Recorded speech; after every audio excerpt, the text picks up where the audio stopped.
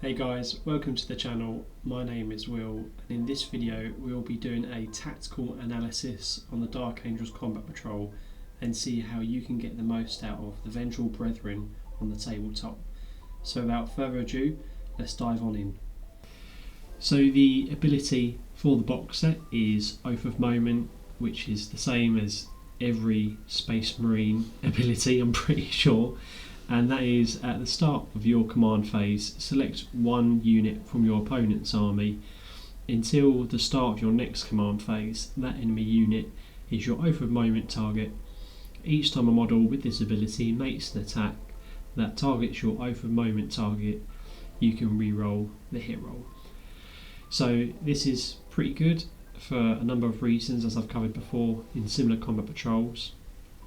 Firstly, it lasts from your command phase to your next one, so this is still applicable if you choose to overwatch the unit which is your Oath of Moment, so you'll be able to get the reroll hits on that.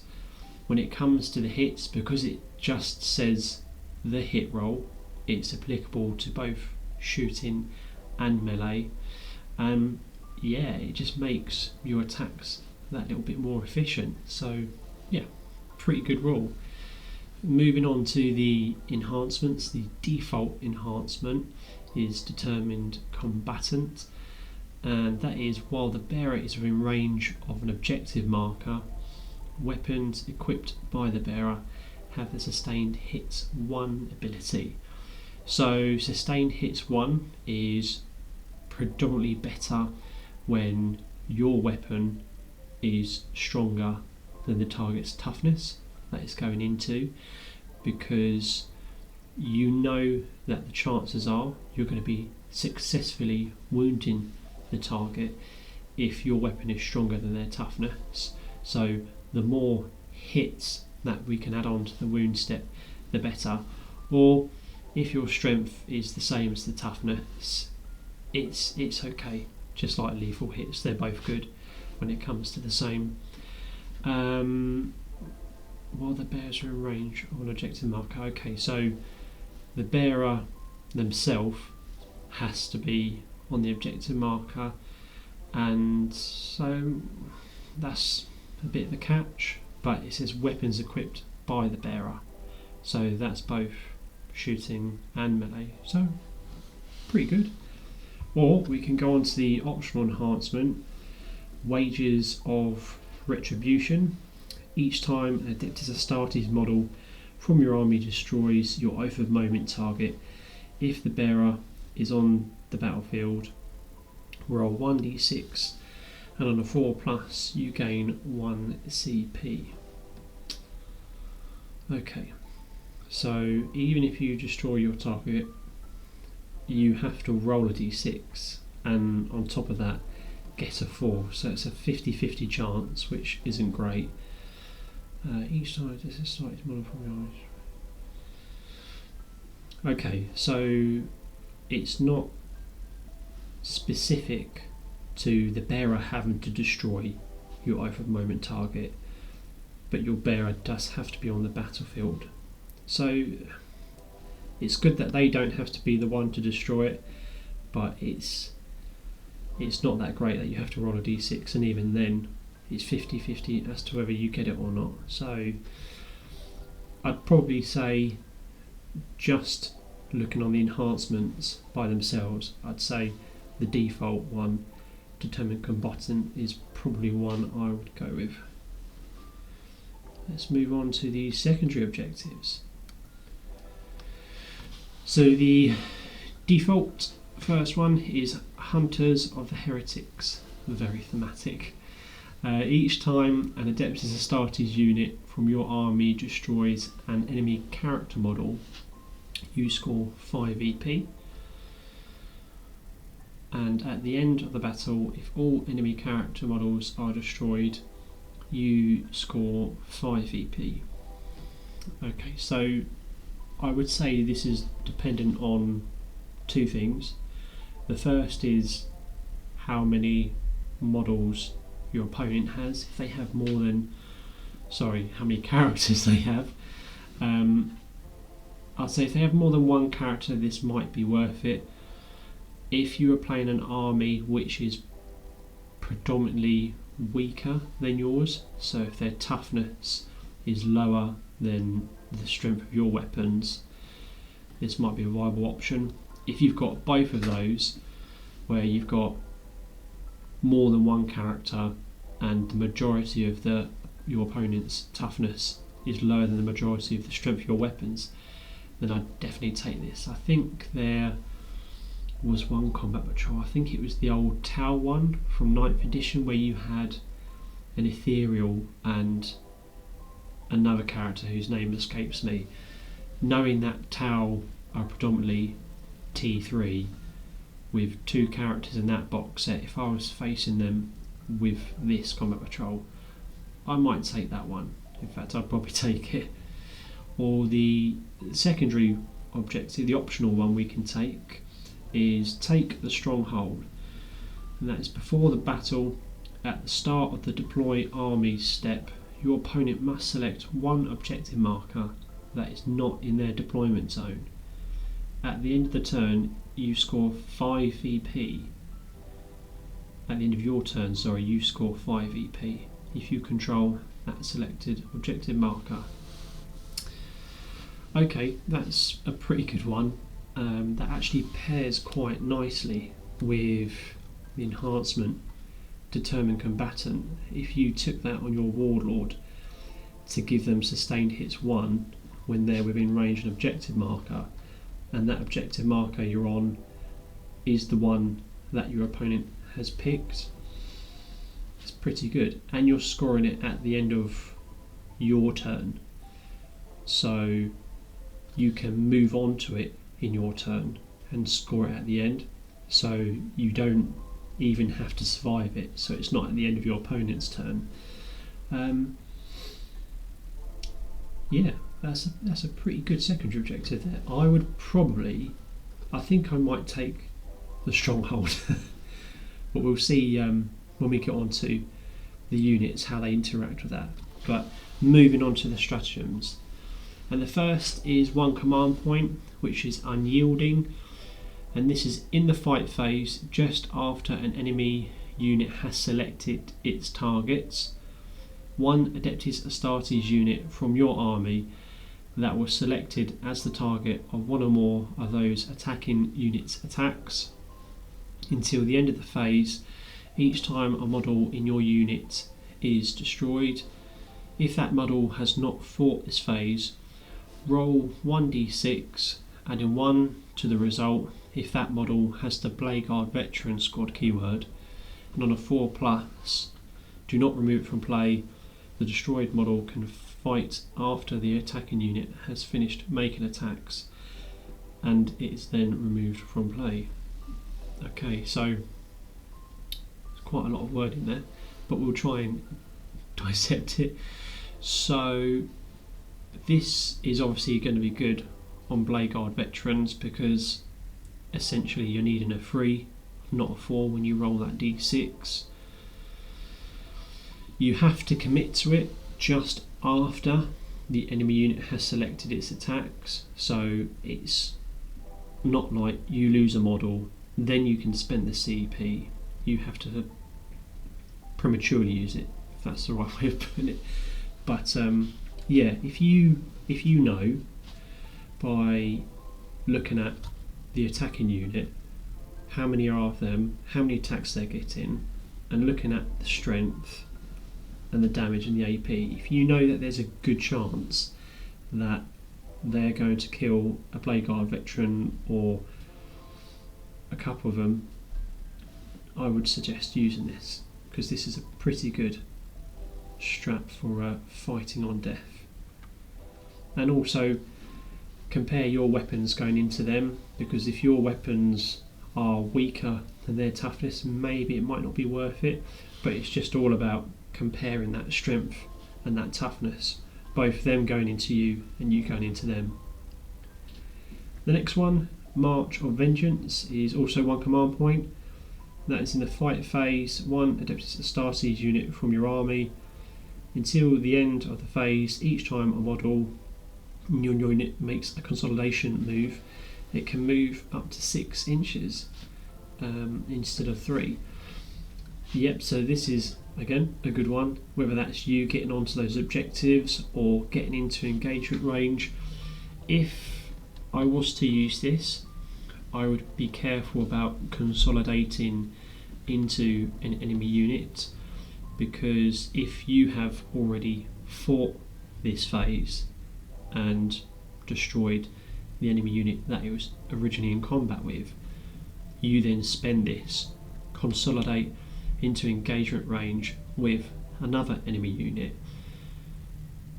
If that unit hasn't fought, they will get to fight you and you won't be able to fight them, so you have to be sure that when they hit you, you can take that punch.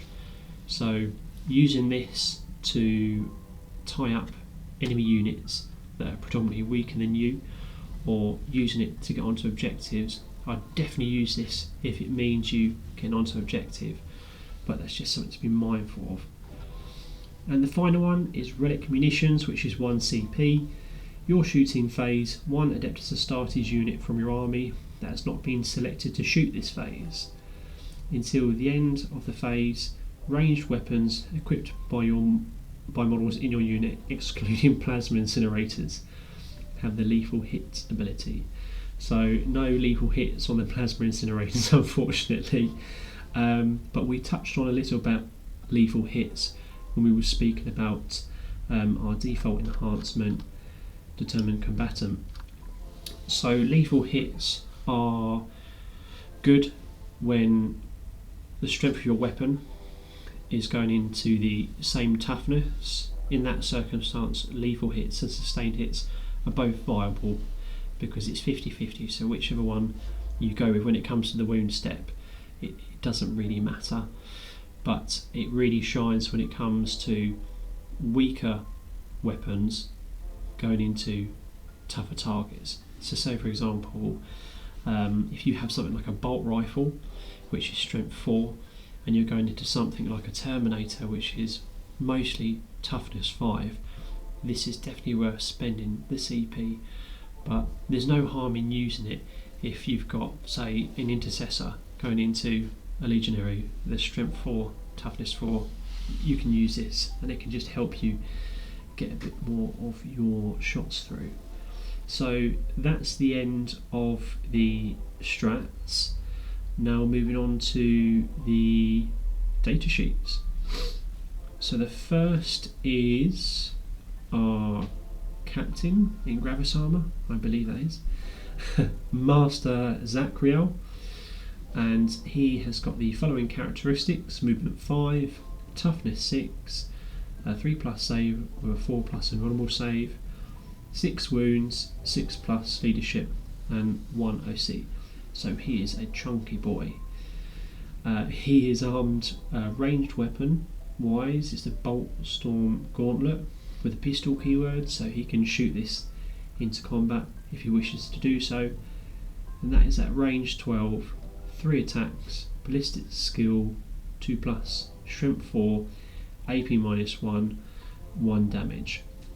So this weapon here will be pretty good when it comes to shooting into light infantry. And when we talk about light infantry, we mean anything which is similar to a guardsman, so something like T3, 4+ save, 1 wound, because, and I could tell this through looking at the strength, the AP and the damage, when it comes to the wound, you're going to be wounded on 3s, which is good. The AP, you're going to be putting it on a 5+, if not worse, and for every one of those saves that they fail, it's damage 1. If they have 1 wound, that's 1 model destroyed, so it's just worth thinking about. Melee weapons, he has 2 weapons. The first is the Power Fist, which is 5 attacks, weapon skill 2+, strength 8, AP -2 and 2 damage. So this weapon would be very good into something like your normal Space Marine in power armour, where it's T4 with a 3+ save and 2 wounds. purely because, again, when it comes to the wound step, strength 8 going into toughness 4, we're going to be wounding on 2s. With that AP minus 2, we're going to be pushing them to a 5+, and again, for every one of those that slip through, there's going to be 1 dead Marine. Moving on to his other melee weapon, which is the Relic Chainsword, that has the extra attacks, so he will be able to fight with both his Power Fist and this Relic Chainsword. That's 3 attacks, weapon skill 2+, strength 4, AP minus 1, and 2 damage. So that's pretty interesting. So just for your guys' awareness, before I do these tactical analysis, I don't review the data sheets. It's very much a hot take, which is why I'm quite surprised that it's a damage 2 weapon. Let's just look back at our enhancement. Yeah, so it's weapons equipped, as we said, so it's ranged and melee will get sustained hits 1. So even though the AP isn't desirable, strength 4 with sustained hits, AP minus 1, and every one of those is a dead Marine. That's a pretty good chainsword punching into Marines there, so yeah. And finally, he has got the datasheet ability Refuse to Yield, and that's each time an attack is allocated to this model, half the damage characteristic of that attack. So Master Zakrau is a very chunky boy and is very durable with this datasheet ability. I feel like if you put him on to an objective, I'm unsure if he can lead anything in this patrol. It doesn't seem like he's got any leadership ability on his datasheet, but even then by himself, I think he'll be able to take a few punches if you go and stand him onto objective.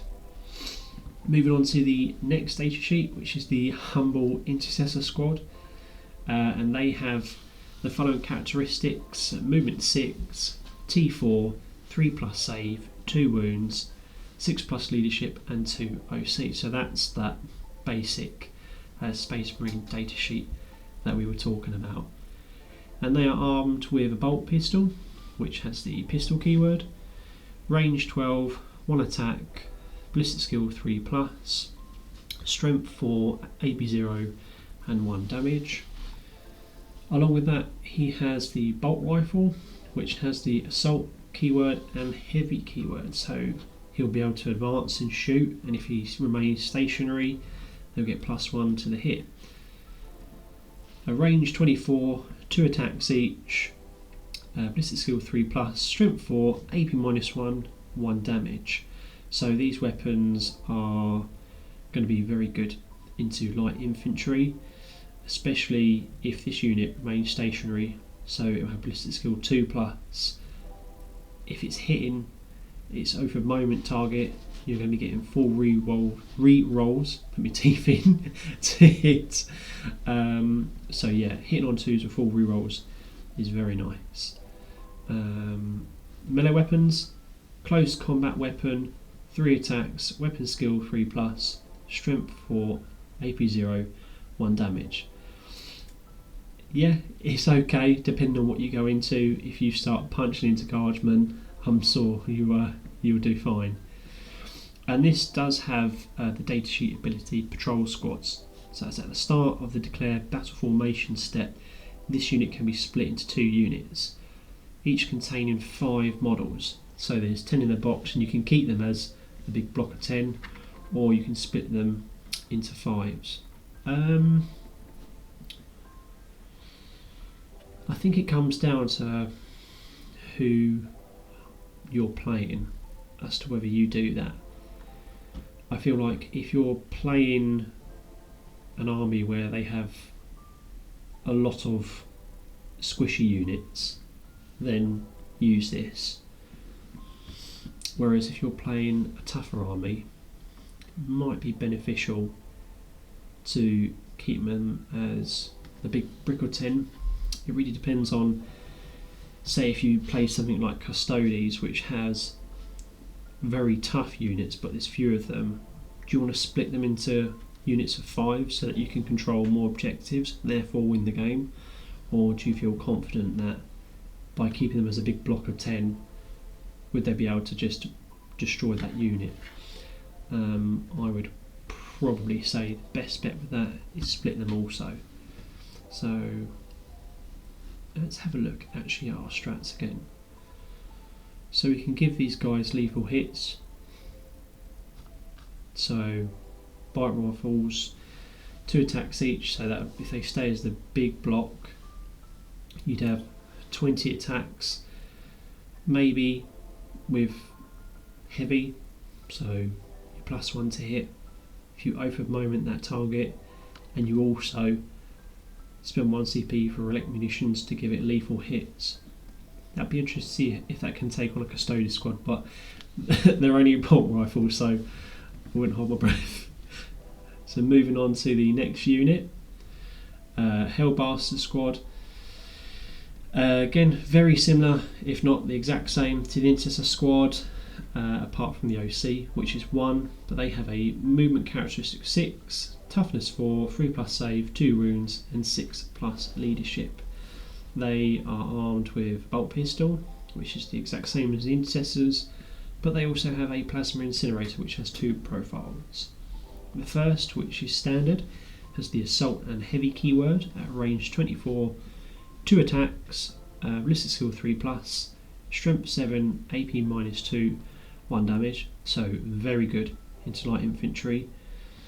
Or we have the supercharged profile, which has assault and heavy as well, but also hazardous. Range 24, 2 attacks, ballistic skill 3+, goes from strength 7 to strength 8, from AP2 to AP3, and damage 1 to damage 2. So this is very good into Marines. So if you're shooting these guys into anything like light infantry, stick with your standard profile, whereas if you're shooting into something like Marines or higher, be worth supercharging it. And then they also have the close combat weapons for their melee profile, and they have no datasheet ability. And finally we have the Blade Guard Veteran Squad. So they have the characteristics are 6-inch movement, T4, 3+ save with a 4+ invulnerable, which is very good, 3 wounds, 6+ leadership, and 1 OC. They are equipped with a heavy bolt pistol, which has the pistol keyword, range 28, 1 attack, ballistic skill 3+, strength 4, AP -1, 1 damage. So good into light infantry. I think, let's have a look at our other pistols. Does it vary that much? So it gets a pip of AP and 6 inches extra range. But they also have the melee weapons, which is the Master Crafted Power Weapon, which is 8 attacks, weapon skill 3+, strength 5, AP -2, 2 damage. So good into Marines. They also have the datasheet ability, Blade Guard, which is at the start of the fight phase. You can select one of the following abilities to apply to models in this unit until the end of the phase. The first is Swords of the Chapter, which is each time a model in this unit makes a melee attack, reroll a hit roll of 1. Or you have Shields of the Chapter, which is each time an invulnerable saving throw is made for a model in this unit, re-roll a saving throw of 1. Okay, so it's only on the roll of 1, not on the roll itself. So if you roll a 2 or anything. Okay, so these guys are quite interesting. I think if your Blade Guard veterans are attacking an enemy unit which already has Oath of Moment, there's no point giving them Swords of Chapter because they will already have the re-rolls through Oath of Moment. In fact, it'll be better because you'll get to re-roll the hit roll, not a hit roll of 1.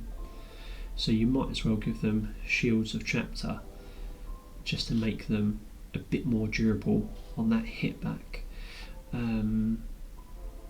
Let's have a look and see how our strats can work with these. Unyielding. Yeah, so we touched on that.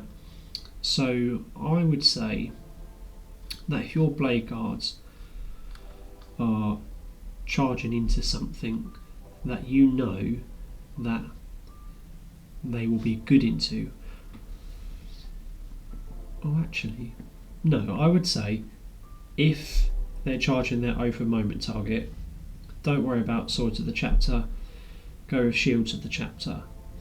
And if they're charging something that you're generally scared will hurt your blade guard, it might be worth spending the 1 CP for Unyielding just so they get to hit back. Or actually, let me just double check that. No, so it's only if it hasn't fought this phase. My bad. So yeah, if they're essentially charged by something that will get to fight them first, and the weapons profile of that enemy unit generally is quite scary, then spend this. But if you're charging with the blade guard a target that is your Oath of Moment, don't worry about Swords of the Chapter, go with Shields of the Chapter just to make them more durable on that hit back. If you are charging something which isn't your Oath of Moment, I'd go with that. It's a shame that relic munitions isn't applicable to the fight phase. And also they can consolidate. So with the blade guard, Unyielding, maybe March of Vengeance, depending on how hard you can hit, might be worth using on them. With the Hellblaster squad,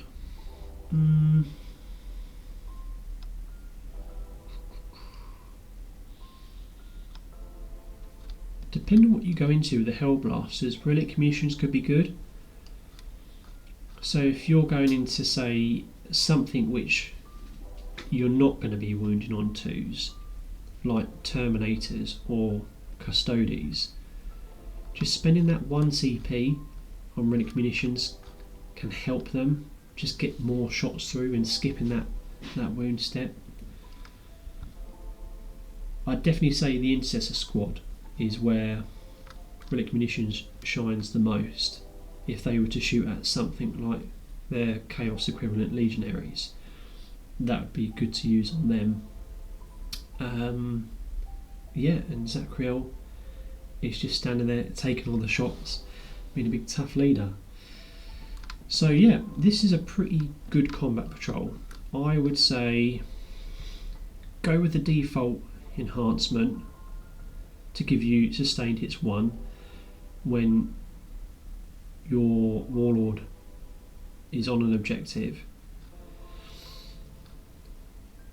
Go with the optional secondary objective, take the stronghold and try and put your Warlord on that objective. But just remember, your opponent is going to pick the objective that's going to be the hardest for you to get, whether that's furthest away from your deployment zone or one where they put their most dangerous unit to come and counter-attack you if you move on to there. So maybe put the Blade Guard with Master Zacriel. They target that objective, whilst the Intercessors, whether they're a big blob of 10 or small units of 5, and the Hellblasters just go around shooting things. Yeah, for the strats, I would say Unyielding. If your Blade Guard are going to get hit by something that's scary, definitely worth using this. If you're sending your Blade Guard into an enemy unit that you know they're going to kill, March of Vengeance would be good. But just remember, when you do use your Blade Guard and charge them into something, if that target is Oath of Moment, don't worry about Swords of Chapter, just go with Shields of the Chapter but if it's not your over moment target, just use Swords of the Chapter just to make your hits a bit more efficient. Relic munitions, again, good with Hellblasters. You're probably going to be wounding a lot of things on 3s, some of them on 2s, but just to help them when they are shooting at something like Terminators or Custodes, it might be worth using relic munitions on them. But I'd say definitely your intercessors, especially if you've got the big blob of 10, shooting into something like Legionaries.